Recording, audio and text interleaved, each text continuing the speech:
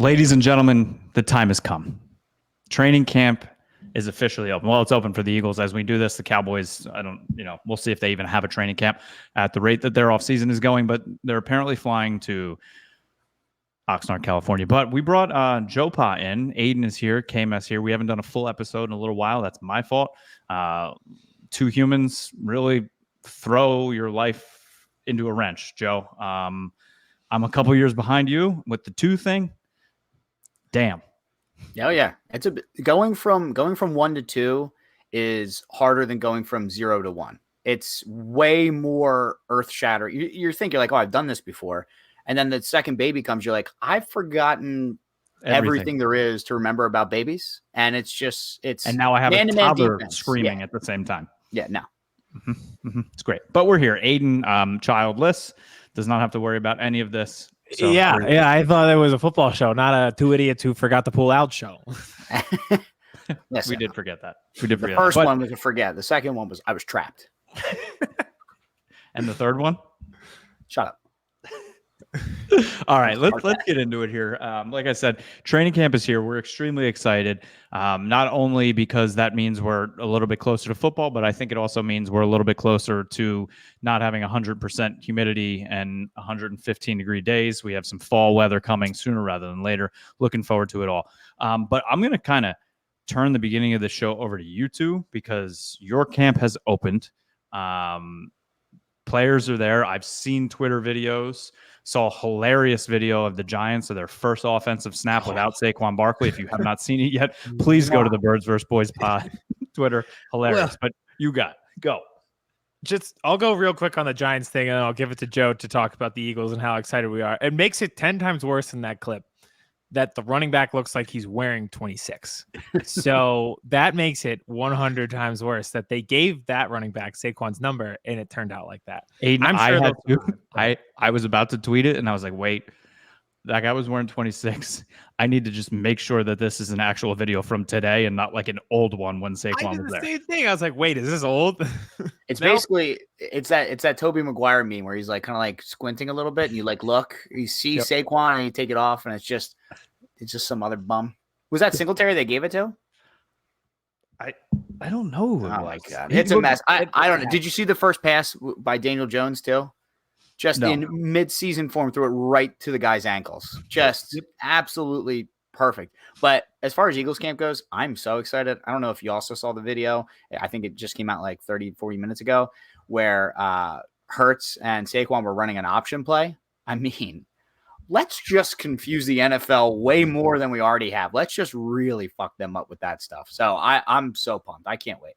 Joe, we do it once a month on the show, but I'll say to Kevin, I'm like, I forgot that we had Saquon. I'm reminded once a video comes out, I'm like, holy shit, Saquon is a member of the Philadelphia Eagles. And that happened today. The video of him coming out of the tunnel for the first training camp video. And I couldn't believe it. 26 in green. It happened. It's really happened. He's here. And of course, the first play, motion, option to Saquon, fake pitch. Hurts keeps it 20 yards down the sideline. Whoo, see you later. That's almost as impressive as going to be me later on. Holy shit. 15, blue and silver. Ezekiel Elliott is back. This really happened. I forgot. It also does qualify as I can't believe this is happening. It may be a different type of tone when you say I can't believe this is happening, but very true. Yeah. We are both the LeBron James I can't believe this is my life meme that Joe tweeted earlier today. Yeah. True. Just a totally different vibe though. So give me both of your just like levels on a 1 to 10 of excitement that the training camp is here and that this Eagles team is being constructed. So, I mean, I'll go first. I've kind of tempered my expectations leading up to this point. I'm trying to turn a new leaf and become a man that really enjoys summer. Listen, I have a pool. All right. We have a beach house. I'm trying to really enjoy summer. I've had a great summer so far. So I'm trying not to think about football. And then camp broke today. And now that's all out the window again. So now my excitement level went from let's not think about this to this is now all I'm going to think about until we see that first snap. So I'm if it's 1 to 10, I'm a 10. It's so funny that you say that because I do something similar where I don't want to rush summer. It's nice here. We all live in the Northeast. In a few months, it'll be cold and dark at 5 o'clock. I don't want to rush summer. But then I see them put the pads on, and I can't help but want to fast forward immediately to seeing them in Brazil against the Packers. I will say excitement, maybe like a 7, because to go full Philly fan life on you, the Phillies have consumed all of my attention. I watch every night. And if we're talking about who is in the best shape to deliver a title next to the city of Philadelphia, it's the Phillies far and away. So I'm excited for the Eagles. I love seeing the pads on. I love football, but my excitement is kind of tempered by how good the Phillies have been this summer. And it gives me something to do until football season, watching them every night. I mean, fair. I mean, they've gotten their dicks kicked in the last 2 nights in a row, and then Eagles start camp. So it's tough timing for that take, I will say. But they won up last to a night. week ago. But you could take I turned it off.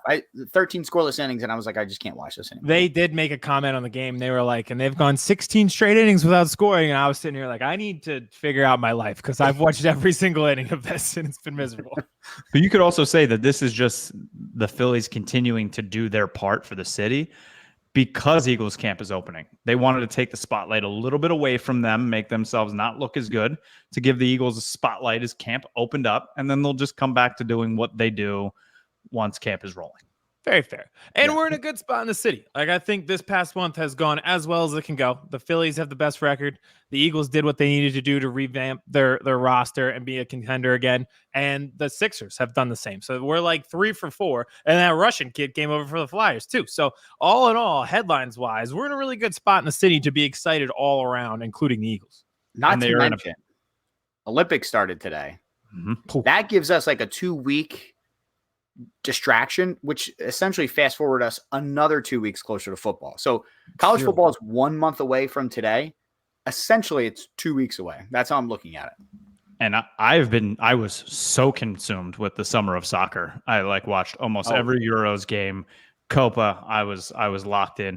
Wimbledon. I mean, it has been the summer of sports. There has just been nothing, especially for me I've been inside all summer. You guys are enjoying pool and beach. I've been locked in my house because it's 115 degrees, too hot to be outside with a week-old baby and a toddler. So I've been locked in watching sports.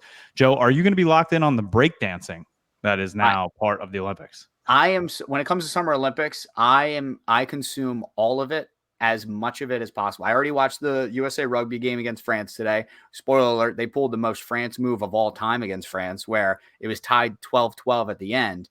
And instead of going for it on the last, because they get to hold the ball and it won't stop until there's a penalty or the ball goes out of bounds, they turn and just kick the ball out of bounds to take the draw and take the draw points instead of going for the win, which is about as France as it gets, because that is some France move right there. I didn't love it, but listen, they know better than I know.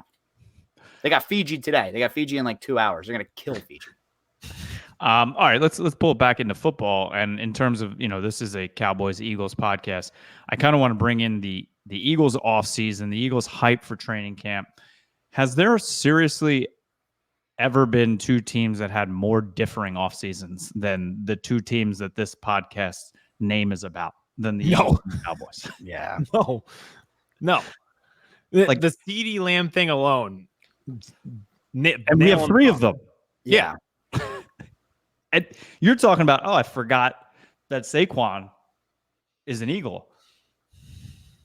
I forgot Eric Kendricks is a Cowboy. And that's the name. Even if you count, if you were to search, all right, free agency activity, and you look at all the Cowboys activity, not just, re-signs, but also, signing free agents, stuff like that. It's 5 moves. And it's 3 of them were from the XFL. Yes. It's yeah. So I've never not an exaggeration. Yeah. I've never seen anything like it. So it's wild. I just don't get how it was allowed to get to this point where every other receiver got locked up, got paid, who was a big name, except CeeDee Lamb. And you could make the argument for CeeDee Lamb over all of those guys. And at one point on this show, we even made the argument for CeeDee Lamb over Justin Jefferson in terms of side-by-side stats. And he's the one guy who didn't get paid. So if you're not going to take care of things in free agency, you'd think you'd take care of things on the home front and not let it get it to a point that your star receiver is not going to show up in Oxnard, California and might take the Cabo route as same as Zeke Elliott did. I just don't get it. Like Justin Jefferson, Jamar Chase, both Eagles receivers and Devontae Smith and AJ Brown, everybody got a deal except CD. It makes zero sense. I can't wait until Brandon Ayuk gets a deal too from the Niners, and everybody's been saying he's not going to get a deal. He reported at camp. So it's mind-blowing, especially because I believe, I wanted to talk about that too in terms of, I said there's three, right? There's Dak, CD, and Micah. I think Micah we can kind of put to the side because they technically have him under control for the next 3 years, right? They have him this year. Then the fifth year option, then they can tag him if they wanted to. So, now I think Micah would hold out. That's just the type of player he is. That's what his agency does, but that's something we don't have to worry about. It's CD and Dak right now, right? And I think also Dak, you can, I don't want to say put to the side a little bit, but the reports are too that CD has been the priority. That's who they are prioritizing to give a deal to first. ... They aren't close. Like what? In the same sentence. That is literally written. I don't understand. It's crazy. And I think even with Dak, I think I agree with you. I don't think he's the priority at all unless the plan there is give him an extension that lowers his yearly value so you can do CeeDee Lamb's deal even more comfortably. It doesn't make any sense. I don't know. I don't know what Jerry's doing. I love it. I know you probably hate it. It's all smiles over here. No frown town on this side of the ball. So I love seeing it. Everybody's locked up. We're ready for camp. Everyone's reported. Cowboys Twitter, Cowboys fans want to run the exact same coup against Jerry Jones that the Democrats ran against Joe Biden. They want to, it's done. It's over. Let's find him, push him out, and whoever we can put in place, and we'll be happy. That's what needs to be done. Second in command is his son, so it may not be. We don't need that. we don't need that either. Maybe Post Malone.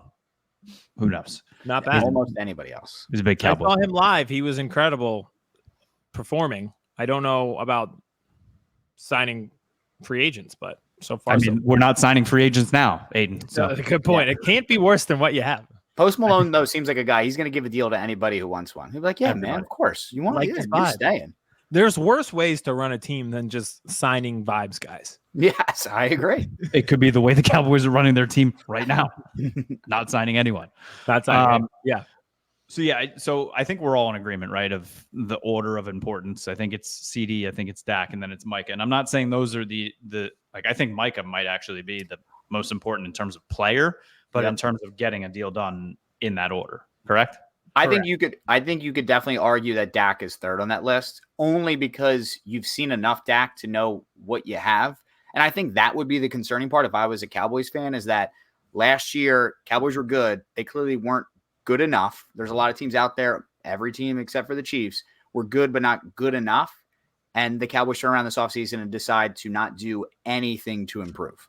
That's banana land. Wow. So while at the same time, basically going all in on this season, because your coach is on a 1-year deal, your defensive coordinator is on a 1-year deal, your receivers on his last year of his deal, your quarterback's on a 1-year deal. It's essentially all in or we're blowing it up. So going all in and not doing a thing basically means I think this is the start of the blow up without actually blowing it up. It does feel like a clean the house situation where they can maintain flexibility next year. But even so, you could still do that and get the deal done for CeeDee Lamb. Yep. Yeah. Because you also want to get the deal done with CeeDee Lamb because that's what Jerry does. Like, he gave him 88, right? He is the heir apparent. He puts asses in seats. Like, he's going to sign him. He's going to get his deal done. It's just now he's going to get raked over the coals again. They continuously lose contract negotiations. They lost the Dak one. They lost the Jalen Smith one years ago. They just continue it. They think they're these big, heavy business guys that they lose every negotiation. Every single day. I don't think it helps that Jerry Jones does this thing where I think he's just being honest, where instead of doing the coach talk of like, hey, we love our guys, we want to have them back, he'll be like, I don't know, do we need them type of deal? And it's like, if I'm that player, I'd be like, all right, let's get to the table and talk. Yep. You know what I mean? So I would try to like win him over. So at that point, I don't know. He just that's literally what Jalen Smith did. He was like, there's not enough pie to go around. And Jerry was literally negotiating in the media with a couple of the other big players. And Jalen Smith was like 2 years away from it. And he's like, my knee's falling apart. I'm probably not going to play past like next year. And he like literally went into Jerry's office, like, Jerry, I love you. Let's make a friendly deal. And like Jerry signed him to like a 4-year extension worth millions, and he played maybe 7 more games. Yep. I need to try that at my job. Yeah. I'm gonna walk in and say, I love you. Can I have a 4-year extension? Let's do this. It's just, yeah, it's gonna be a very interesting camp in terms of the media pressure on them. I'm really interested to see how Mike McCarthy handles this offseason in terms of training camp and the season. You know, there's reports he's sick of Jerry Jones. So we'll see. It's just the circus continues. It seems like it's just football in Philly, circus in Dallas. Love it. I mean, I'm never been happier. Works for me. Yeah. All right. So in terms of camps being open, pads are on, like Aidan said. Give me a couple guys on the Eagles that you are most intrigued for whatever reason in watching this training camp. Aidan, I'm going to start with you. My guy is Sidney Brown for a multitude of reasons. One, health. Is he back and recovered from the ACL tear? Because before he got hurt, he was starting to get significant reps. And from the start, I think a lot of people had him circled, including the Eagles. He was that like red star player that they have in the draft, that he meets all of their requirements, both on and off the field. So they had him circled. He was getting more playing time. He was looking like a viable starter. And then he tore his ACL late in the season. If he is back, I want to know how he looks. I'm hopeful he looks pre-injury the same. And in that case, where does he fit? Because I think you have 2 legitimate safeties in Reed Blankenship and CJ Gardner-Johnson. Slot corner, you have Avonte Maddox, you have Reed Blankenship. Where does he fit in there? Or Cooper DeJean, not Reed Blankenship, I'm sorry. So what position does he play and how does he look? But we got to get him on the field somehow. I think he's kind of like the utility infielder guy, but if that guy should be a starting shortstop. Joseph? Yeah.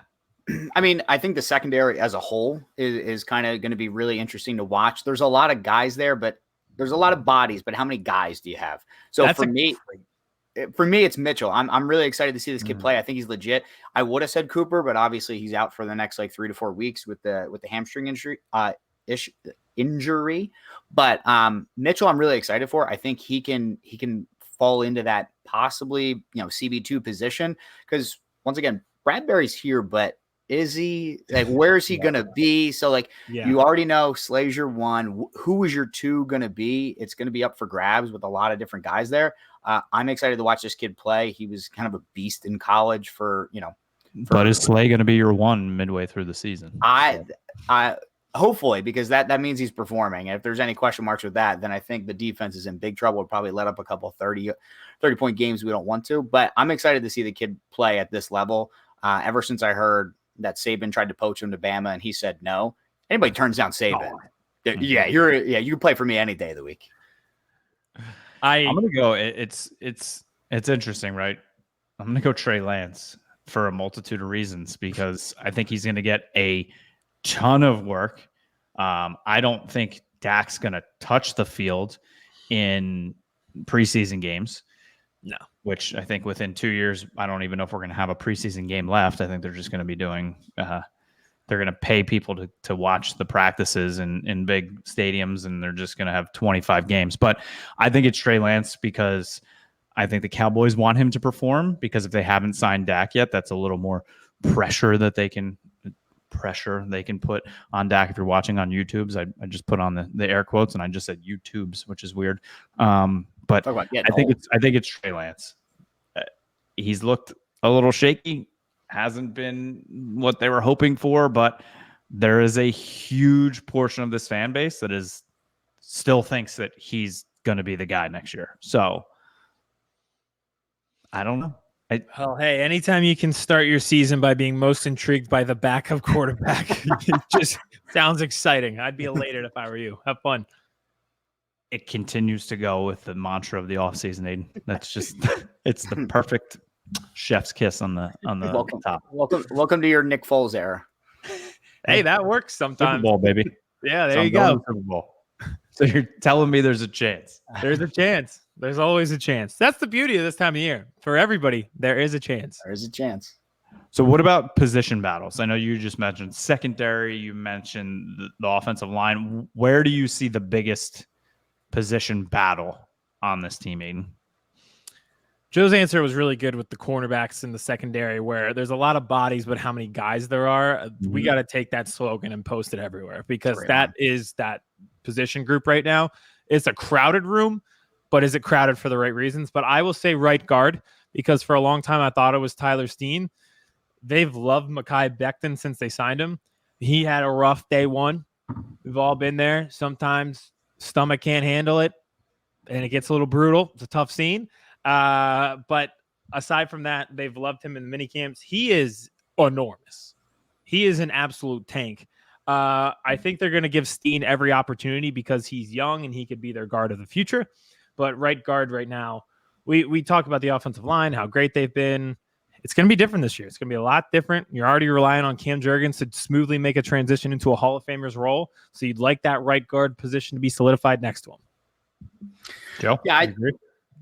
Yeah, I agree with that. I think a lot of the position battles are going to happen on the defensive side, especially with, like we said, we already talked about cornerback. I think that is going to be the one that's going to be the hardest to predict. But linebacker also is going to be interesting to see what happens there. I'm interested to see what happens with Nolan Smith this year and what he can do. I know Howie said at the end of the season that he thought he should have gotten more time based off of his performance in the playoff game in Tampa. So kind of calling out, the DC from that perspective, which I kind of like that he's got, once again, he's got his guys' backs. So I kind of like that. The other one I'm really interested in is, and it's, you have Smith, you have Brown, but wide receiver 3 is going to be an interesting battle as well to see what happens there. I know John Ross is in camp. I don't know. That's going to be an interesting position because that slot receiver can be a big time position especially for this team, because if Brown or Smith goes down, they're going to need somebody to step up and once again keep that offense pretty dangerous. So I'm interested to see what that's going to look like, how that's going to finish. I don't want to get ahead of myself because I know we have some topics we're going to talk about free agency, but I think that there's an answer to in free agency there that could possibly fix that problem as well. And real quick, I don't think people are realizing what an upgrade Paris Campbell is over Quez Watkins at wide receiver 3. And there's a few options, like Adonai Mitchell, the kid that they drafted. I just feel like there's a lot of options there, and all of them are probably an upgrade over Quez. So this makes this team a whole lot better at that position. Yeah, absolutely. Is Quez still on the team, or is he? He is a Pittsburgh Steeler. Yeah. Okay. Yeah. It's been that kind of offseason.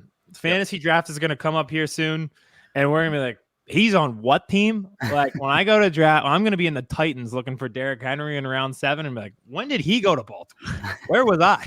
and you're going to be finding the playmaker TP from the Cowboys now on the Titans with the running back one. Was he in the Kenny Pickett trade? No, I think he just He signed. was a free agent. Okay. Yeah. All right. Another guy. Kenny Pickett, I forgot was an Eagle. You know what was the funniest thing that I forgot? Was that Carson Wentz is a Chief. Did you see the video of him like tripping the other day? And That sounds about right. They should just have cut him right when that video came out. Just like, you know what? This is a bad idea. I didn't even see the video, but I would have just. Oh my God. All the quarterbacks were literally just walking out to camp, and he like tripped, his like ankle rolled, and he caught himself. And Patrick Mahomes pointed at the social media cameras like, post that. Are you kidding me right now? He's like, are you kidding me? Saying to Carson. I was like, oh boy. He makes it so hard to love him. He's like Jerry from Parks and Rec. It's just every time the camera pans, he's going to screw up. All right. Cowboys wise, they're like everything else. There's a lot of position battles. I could go cornerback, right? Trayvon Diggs coming off the ACL, starting on PUP. And we know the Cowboys record with players coming off ACLs right now. Not good, right? They cut Jalen Smith because Jabril Cox was the future. He tore his ACL, never came back the same. Michael Gallup, I think everybody would agree, was one of the steals of that draft. Got paid, tore his ACL, never came back the same way, and literally retired from the NFL yesterday. So players for the Cowboys just don't seem to bounce back. So we'll see. He's starting on PUP, but behind him, right? Again, Joe, you mentioned free agency. They didn't re-sign Stephon Gilmore. They have Deron Bland, but who's going to be that cornerback 3?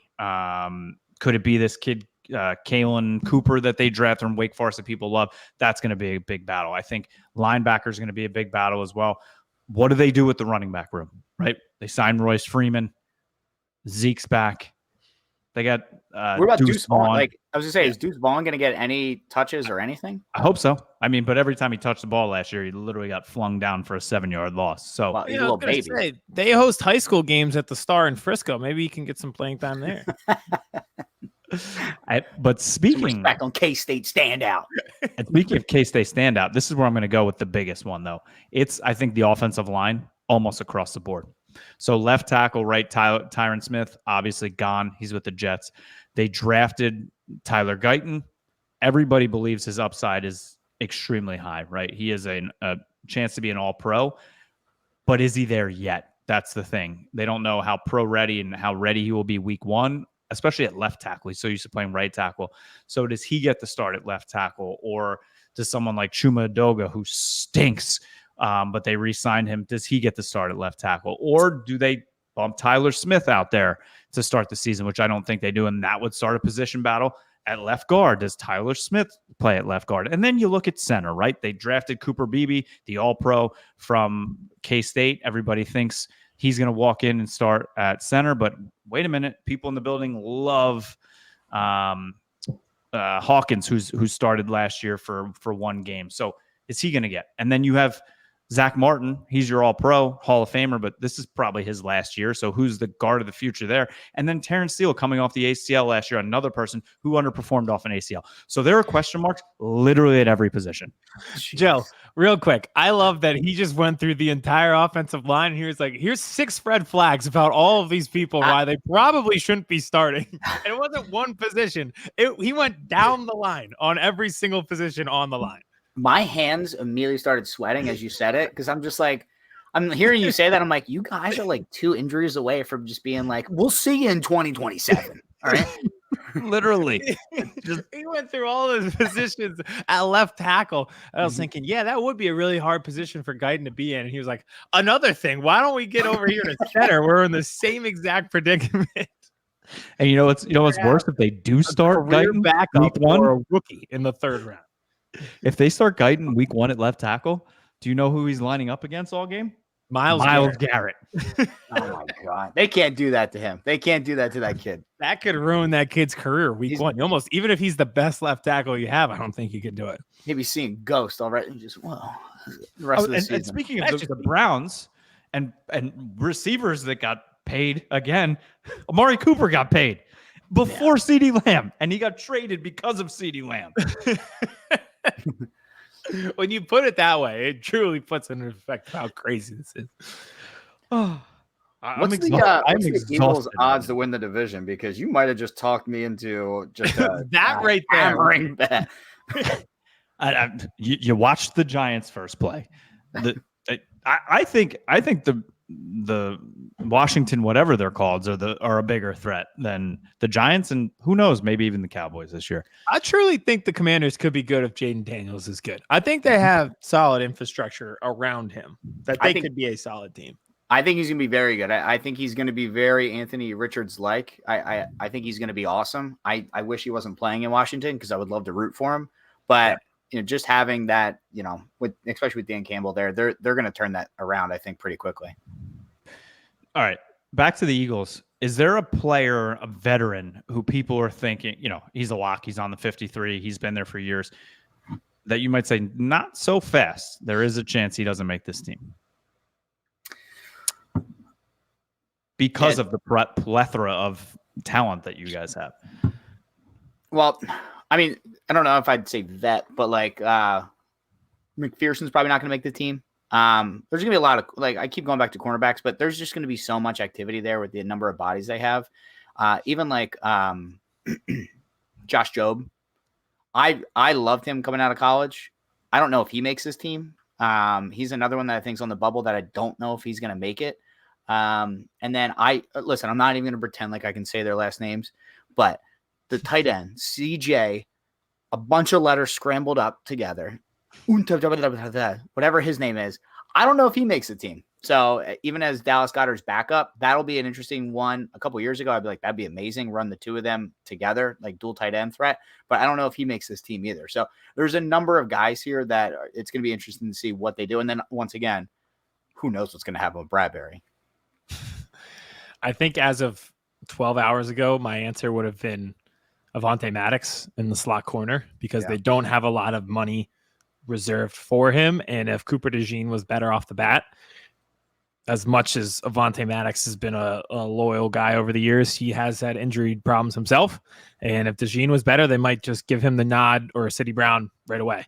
But with DeJean on the shelf for the first 3 weeks of the hamstring injury, I think Avonte Maddox is your starting slot corner week 1. So that would have been my answer. So I do turn to tight end. It is the underrated position battle where CJ Uzomah, Albert O, we'll call him. As another one, just a whole bunch of letters. The whole alphabet is in his last name. I can't pronounce it, and I'm going to spare myself from being made fun of for the next 5 years. So it's an interesting position battle at backup tight end where if it was Grant Calcaterra, if it was Uzomah, if one of those guys got cut, I would not be shocked behind Goddard. And it's a very interesting, like, you won't see Goddard in the preseason, so you're going to see a lot of these other guys. We're going to have a good idea of how talented they are. Yeah, and I definitely think one of them is going to get cut. The only reason I lean towards CJ is because they traded for the other guy. So I don't know if that weighs more into their, into the favor of saying, let's just keep him because we traded for him, as opposed to just signing him. So I don't know what's going to happen there, but it is going to be interesting to see which one of the two of them they keep. Yeah, and a lot of these guys that you mentioned, they're like the evil scientist projects. Like Albert O was brought in because he's like this athletic freak. He didn't have a chance in Denver, so let's develop him here in Philadelphia. Like Josh Jobe, Zach McPherson, like these guys are like, we love their intangibles. If we just get them in the room and put in some sugar, spice, and everything nice in the cauldron with them, what do they turn into? Well, eventually we need to see results on the mad scientist experiments with these guys and see them on a football field producing. And this could be it. This could be the offseason. If they don't, it's done. All right, Kevin, tell us about all the Dallas starters that possibly are going to get cut. Yeah. CeeDee Lamb, Dak Prescott, Ezekiel will be the last one standing, which will be hilarious. But I'm going to go two guys. That actually would be really funny. Hilarious. Zeke survived. Oh my gosh. I'm gonna go Sam Williams, which might sound crazy. His second round pick from a few years ago, Ole Miss. He has underperformed a bit. He flashes. He can get to the quarterback. He's got athleticism, but he also makes unbelievably boneheaded plays every time you turn around. 15-yard penalties, late hits, just stupid things. And with Dan Quinn gone, who kind of was just that like backwards hack kind of cool, want to be your friend guy. And Mike Zimmer coming in, Zimmer's not going to put up with that kind of shit. Zimmer just does not. If you know your assignments, you're going to be where you're going to be. You're going to do your job, and you're not going to get stupid penalties. If he does not have a good camp, and he continues to make boneheaded plays, gets in fights, I don't think he's going to be on this team. Another guy is Jordan Lewis, who they just brought back. He's been their slot corner. He's battled, right? He's been a very good pro coming out of Michigan for Dallas. Undersized guy, but has done some big things for them. But they have this kid, Keelan Cooper, who they drafted from Wake Forest. People love. I think he could take that job as the starting slot corner. Do they keep a guy veteran with that salary, kind of like what you were saying with Avonte Maddox, Aidan? Do they carry that, or do they kind of just go with the young wave? So I think those two guys are kind of on the bubble, and depending on what kind of camps they have, compared to also two rookies, right? Also Marshawn Nealon, who the Cowboys' second-round pick this year out of Western Michigan, the rusher. How do these two rookies play compared to these two vets? If they outshine them, outperform them, maybe both are gone. Let me just say this about Keelan Coper.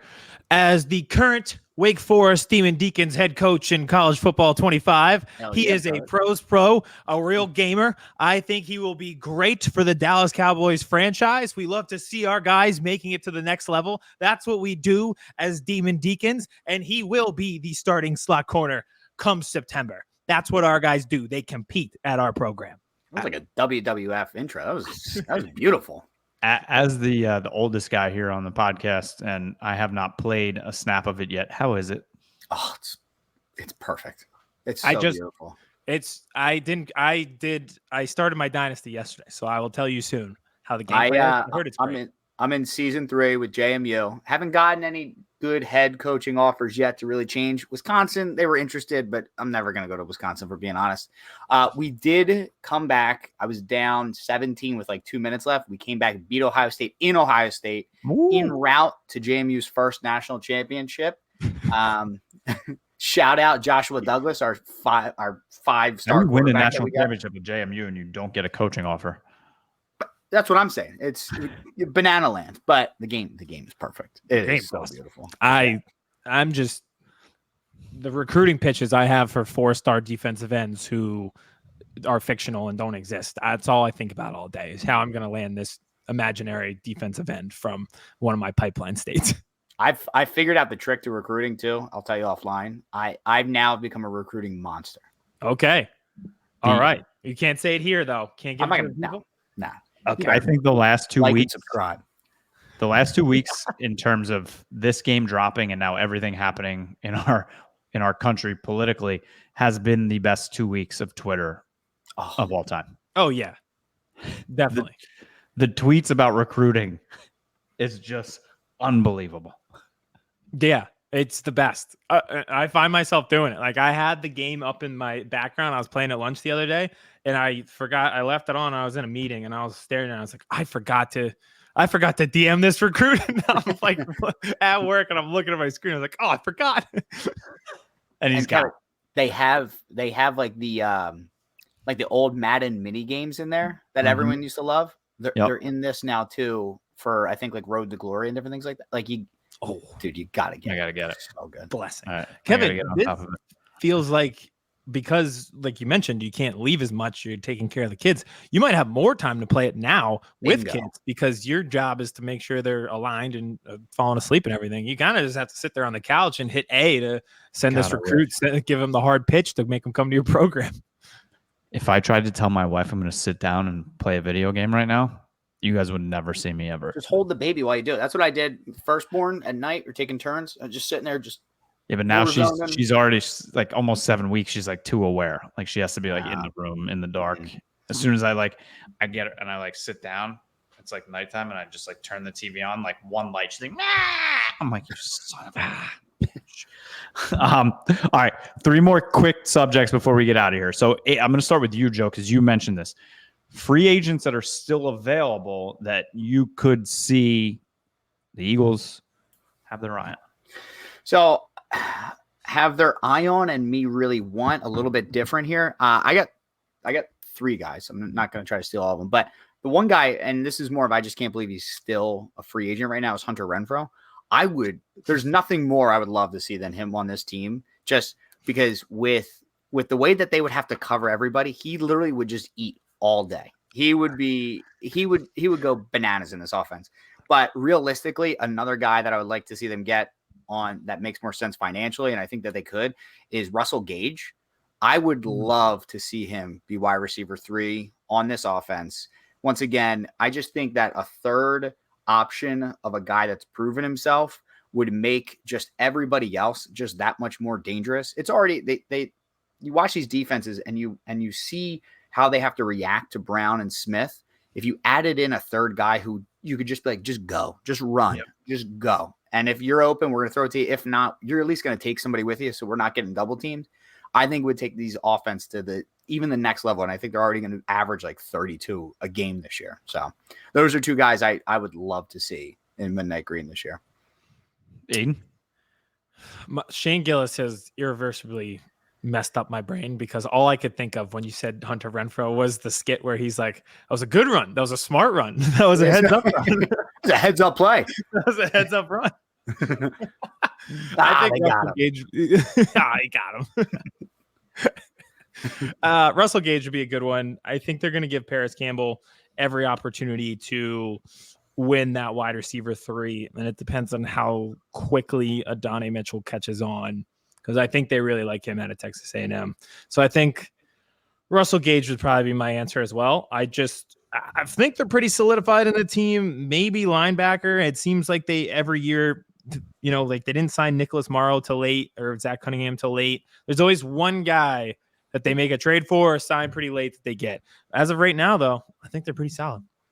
Yeah, I agree. The only other person actually I would add in there too, I forgot to mention, would be in that backup running back spot. I'm not a Gainwell guy. I don't like him. I don't want to see him on this team anymore. Imagine if you had Kareem Hunt as your number 2, just in case there's an injury, or maybe you just want to mix it up a little bit, but you had Hunt in there as your number 2. Just saying. Size and speed. Just saying. Or how about this? Panthers. Miles Sanders really has not been RB1. Oh boy. It would be pretty ending the story correctly, Penn State wise, if Miles Sanders gets cut by the Panthers, comes back to the Eagles, and him and Saquon run the backfield again together. Oh, that'd be awesome. My goodness. Aesthetically, there's no cooler backfield in the entire league than those two. That can't happen. I think if that happened, take their names off the back of their jerseys, go full Penn State with it too. Just let them run without their nameplates on the back. Yep. Basic Kelly greens. Yeah, that'd be fantastic. Take the wings off. Take the wings off. Just green. Just green. So I'm going to give 2 here. I think Stephon Gilmore could still be a possibility. He's out there. He played with the Cowboys last year. Still wants to go for a run. He did good things for the Cowboys last year, right? Made plays. I think that veteran presence was important to that defense. And then also a guy, Justin Simmons, who's still out there, the safety from the Broncos. I think the Cowboys could get safety help. I know they have young guys like Wanye Thomas they want to give a run, but again, some veteran presence I don't think would be a bad thing for this team. So 2 guys on the back end of the defense that are still out there. Really quickly, I'm going to merge these 2 questions together, and I'll start with this one. So not Eagles, not Cowboys, but one rookie that you're really looking forward to seeing in the league, as well as one veteran who's on a new team. And I'm going to merge these 2 together. I'm going to say Kirk Cousins and Michael Penix, same team.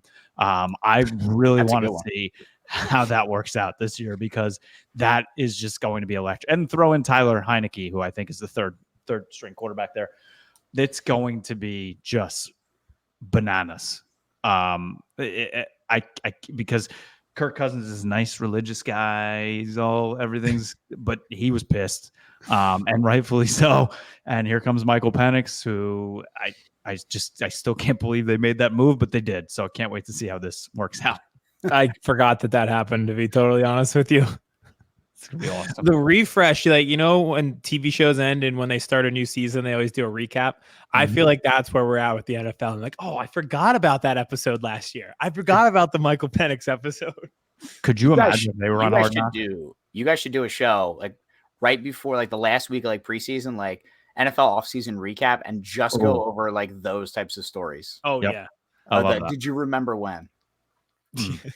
Could you believe that he's here now? Yeah. Or the NBA on TNT thing that they do with Charles Barkley, where they put a player up, blank screen, and they're like, what team is he on? Yeah. Right now, it would be very tough. All right, Joe, Aidan. Yeah. So let me start with the vet. JJ McCarthy. The vet, I think, should be across the board, should be Derrick Henry, because the guy's on the wrong side of 30, but he doesn't look like he's aged a single day. Watching him in that Baltimore offense, I think, is going to be electric. I can't wait for that. The only other guy that pops in my head is Keenan Allen. I'm so excited to watch the Bears play. The Bears are going to be one of those teams that I'll be rooting for silently unless we see them in the playoffs, which I do think. I think it's like plus 160 or something like that. Bears make the playoffs. Love that bet. But they're probably the 2 vets. As far as rookies go, it is so hard to pick one rookie, because this rookie class is probably one of the most fun rookie classes of all time. You guys know, big college football guy. I loved watching all these guys come out. And legitimately, of the wide receivers that came out, Harrison, Keon Coleman, Worthy, Neighbors, all these guys, Adunze, I think those 5 guys will all be fighting for top 10 wide receivers in the league in the next like 3 to 4 years. I think they're all that good. So I'm really just excited to watch this receiving core. I mean, how do you not say Caleb Williams as well? But I think this receiving core, this is the best crop of receivers I can ever remember in one draft. And I mean, my number 1 guy is Keon Coleman. I loved him. Michigan State, great for 1 year until he transferred. I don't blame him. Mel Tucker ruined that franchise for me. But he's probably my number 1. He's just him. I don't know if you guys saw him try to sign his contract the other day where he didn't know whether he should sign his full name or just like his autograph. And literally, I think at one point the GM like kind of looked like, I don't know if he's joking or not. Yeah, he did. But he's probably my number 1. I love that kid. I think he's going to be electric. He's steel for the second round. Yeah, not thrilled that Malik Neighbors is in our division, but he's got Daniel Jones throwing the ball. So it's going to be some time before he gets into the top 10. It does terrify me, though. I think he'll be very good. He will be very good. I'm like, this is a legitimate weapon that the Giants have that they can utilize. Yeah. Hey, how about you? I can compile all my answers to one, rookie and vets, because the Bears and what they've done infrastructure-wise, I can't wait to watch Caleb Williams. From the day he stepped foot at Oklahoma, I was in. I think he's awesome. I think he'll be a great pro, but they've built around him, getting Keenan Allen, someone reliable like that, and Rome Odunze, another rookie. I loved him at Washington. He ends up with Caleb Williams. Those two together, how does that look? So I think that they will be like Joe said, I don't know if they're competing for the playoffs day one, but I think they'll be an interesting thing. They'll be like the Pirates, where it's like Paul Skeens is on the mound. They're awesome when he pitches. The rest of the team, not great, but they'll be good enough to compete. Yeah, they'll be throwing to Bears games a lot on red zone. Let's just say that. Yeah. Whenever they have the ball. Awesome. I'm excited, guys. I think, Joe, we're gonna have you on a lot this season in terms of betting lines, right? I think you mentioned lines 85 times this episode, but ladies and gentlemen, that's what he does. That's what he does. Big Ten Conference betting preview drops today at 5:00, by the way. Joe knows if you need a little extra cash in your pocket, head on over to Joey Props. That's the guy. This guy. Awesome. Well, we're in it, guys. It's officially here. One team is going one way, the other is going the other way. We'll keep you informed if the Cowboys decide to sign anybody named CD or Lamb. Or if they they go out and sign Russell Gage. That would be the move. That would be the most ironic part. That would be unbelievable. But we appreciate you watching on YouTube, listening anywhere you listen to podcasts. Make sure you hit that subscribe button so you don't miss a thing heading into this season. It was fun, Joe. Thanks for hopping on. Yeah, anytime. I miss podcasting. Anytime. We even gave you the big screen. How about that? I listen, I don't know if I deserve that, but I appreciate it. Yes, you did. We're happy to have you back. What a throwback, and in perfect timing with the start of the NFL season. Hell yeah, brother. We're back. Appreciate it. Thanks for watching. Thanks for listening. Enjoy training camp Twitter video season. Chris Hansen here, and I'm going to need you all to take a seat right over there and check out Birds versus Boys. I think you're completely right here, and I hate it. Yep. Hey, idiots. Stop doing dumb things. I got 2 phones. Upset alert. Upset alert. I might go insane. I think you're already there. There's no hope. Hope is gone. If this was an AFC North podcast, we'd be done in 15 minutes. Bob Hope. I'm going to drink bleach. That is the team you promised me you were going to be this year. This is the Consciously Hopeful podcast. I'll be watching.